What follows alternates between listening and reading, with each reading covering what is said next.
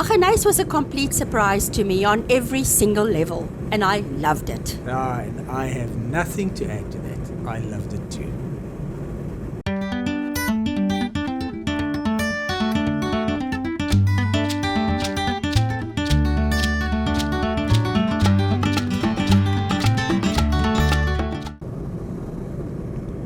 We had just left Aggeneys and got onto the N14. If you look at the map, you'll see it was going to be about a 55-kilometer drive to get to Pella. And we were really looking forward to getting to Pella because there were some interesting things we were going to find there.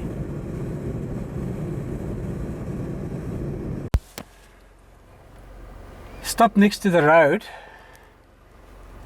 just to get rid of some litter over there. And there's a functional tap next to the road here between Aggeneys and Pella. And you tested it, And I tested it and I washed my hands and it's perfect. And now there's a few drops for the little birdies. Yeah, How cool. that's brilliant. How's your side? Squint.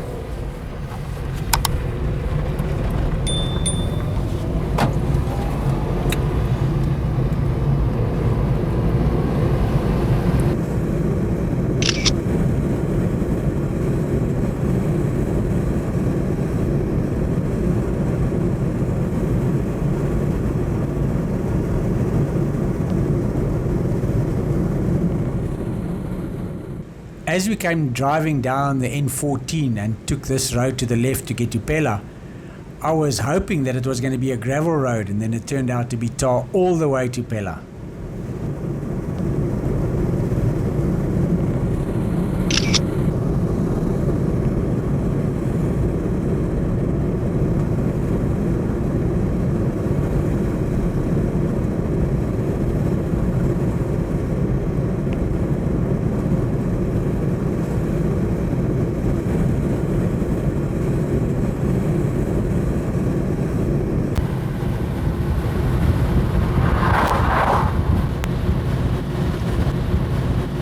How beautiful are they? Absolutely stunning.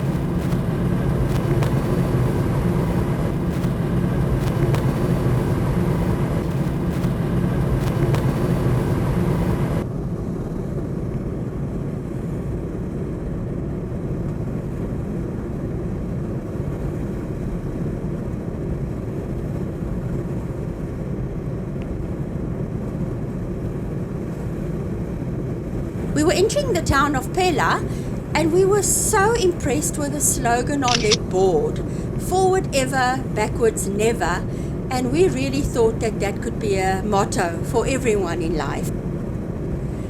And what struck us the most from the moment we entered town was a chilled vibe, a slow vibe, relaxed. People weren't rushing anywhere, and we experienced that the whole time we were in town. And also what impressed me was this amazing road, the paved road as we came into town. It was absolutely in a good condition and no litter whatsoever on the side of the road. And just have a peek at the date palms on the right. We shall say a little bit more about those later on as we drive through Pella. Yeah, You're in for a treat though. definitely. This guy that just came past here. He wasn't that slow, yes. He had to come and blow my whole theory out the water.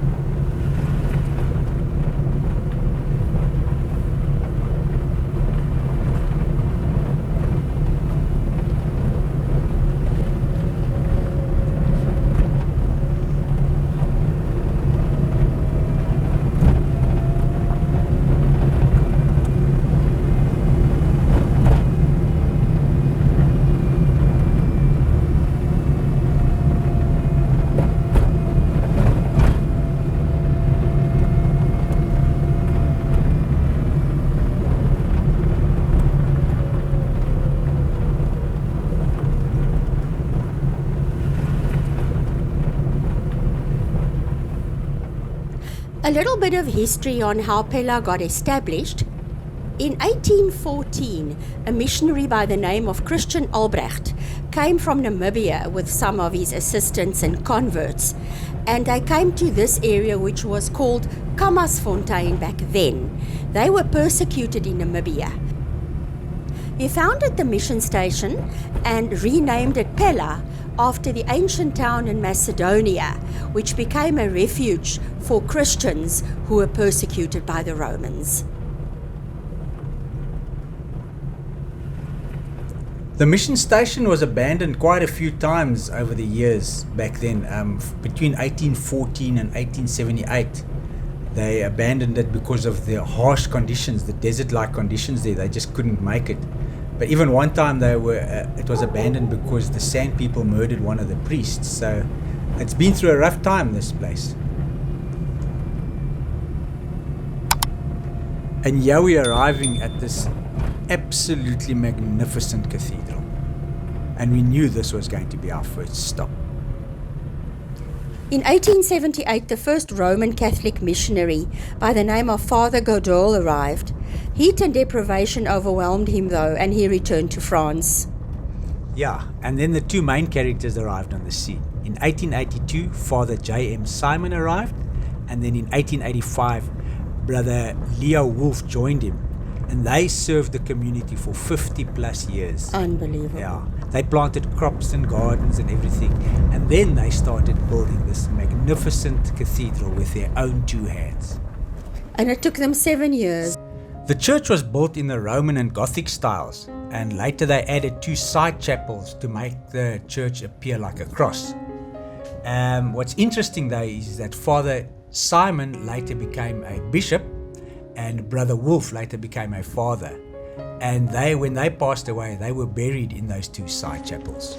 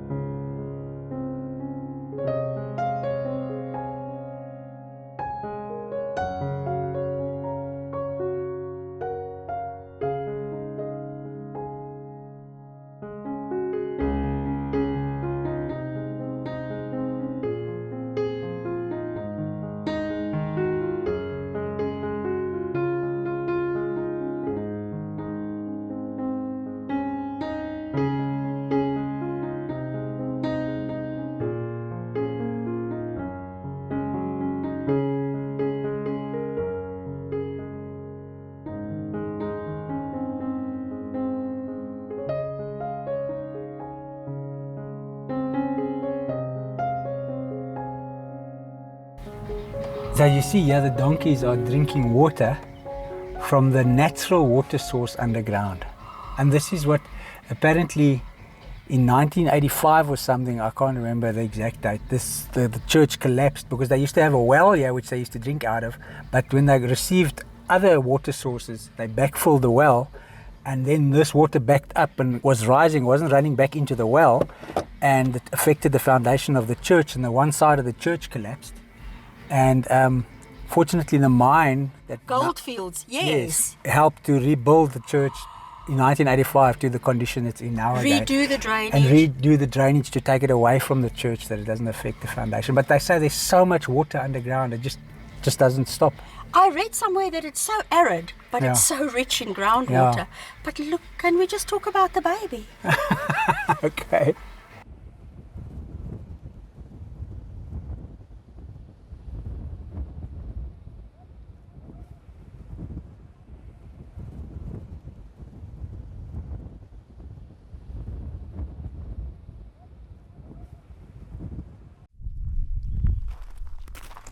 So I decided to take a walk through the grounds of the cathedral, and while I was walking around there, I was told that this building in front of me over here was where the nuns used to stay.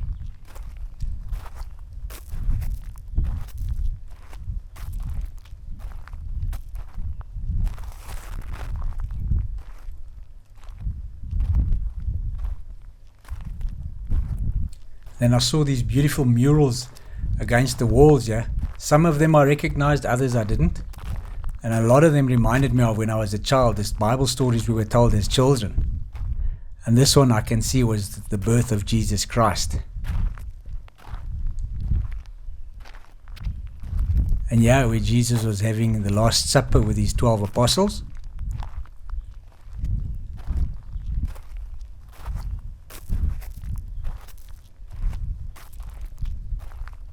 And yeah, Bishop Jean-Marie Simon.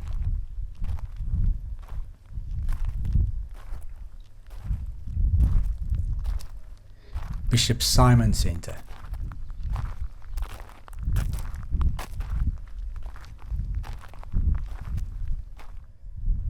And Father Leo Wolf.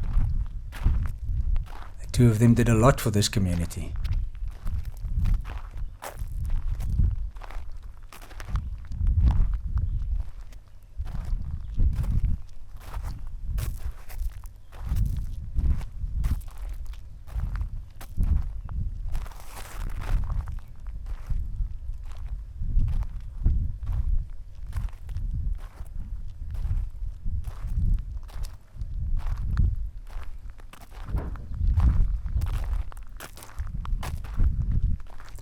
This one I recognize as well. This is where Moses got the stone tablets with the 10 commandments on. This was one of my favorites, David and Goliath.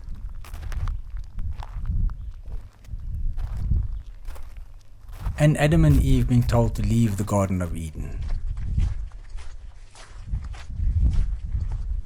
Then I came down to this side of the church grounds, or the cathedral grounds, and I was also told that this stunning building, this beautiful stone building, is where the priests used to live.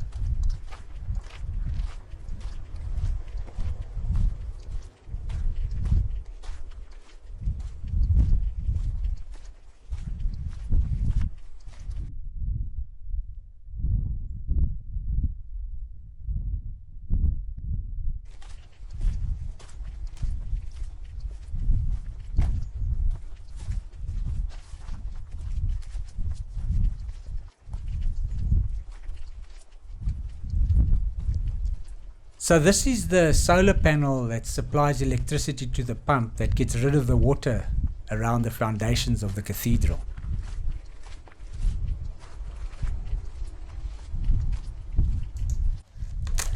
And here I arrived at the grotto. I thought this was pretty amazing. The children were having some function here at this stage, but I thought that this was really beautiful. And at the same time, there was a wedding going on at the cathedral. When we left, we saw the wedding cars arriving. But I love this.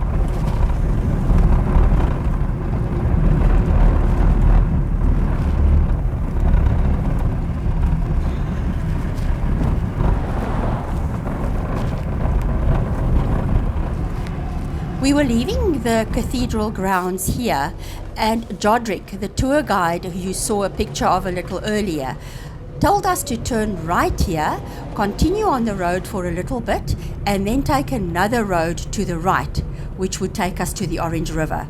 We were very keen to do that.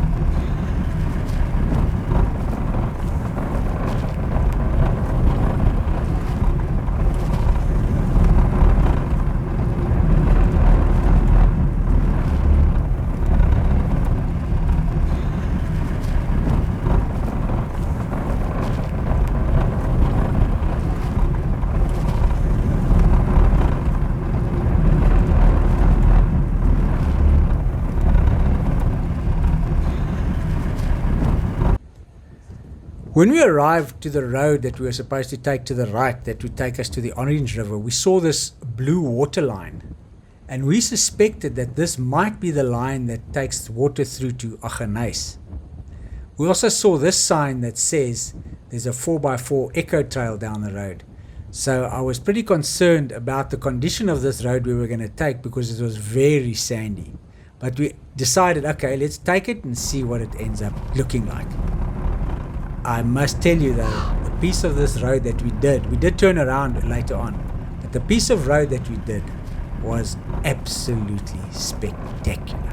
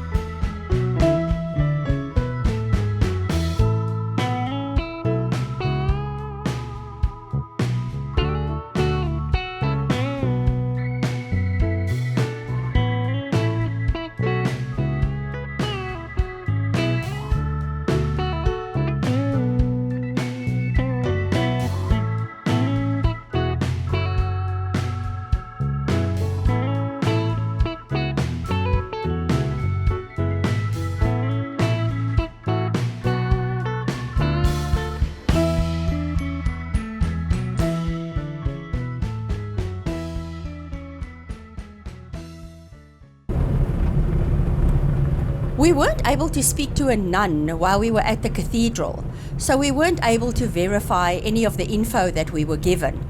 But we did understand, though, that the sale of dates from this plantation, which starts right next to the cathedral, was the main source of income of the church. Yeah, and if you have a look, there's literally thousands of these date palms, eh? It absolutely just goes on forever. Yeah. And the person that I spoke to said that they were busy with negotiations for someone to manage this plantation for them.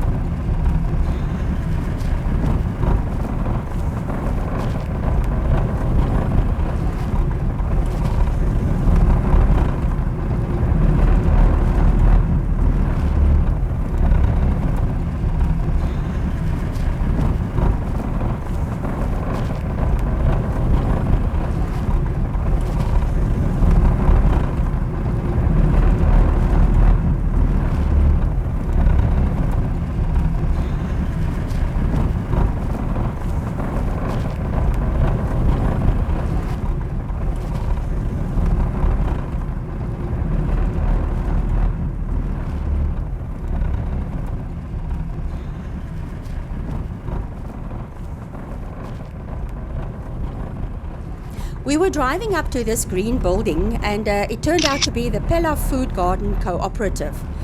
Chatted to a very friendly lady by the name of Esther. They practice aquaponics here, where they grow vegetables and farm with fish. And currently the fish that they farm with is catfish. And it's a group of 5 ladies. One is disabled, the other one is sounds like a younger lady, and then 3 who come from farming backgrounds. She said that the community comes to buy from them daily. They also supply to the feeding scheme at the local school, as well as to the spaza shops.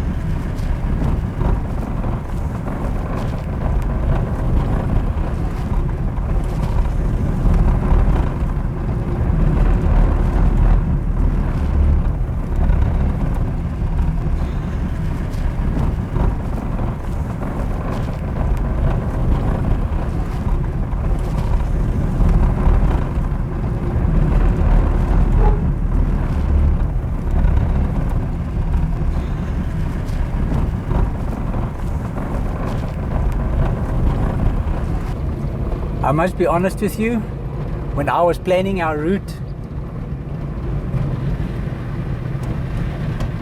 and now,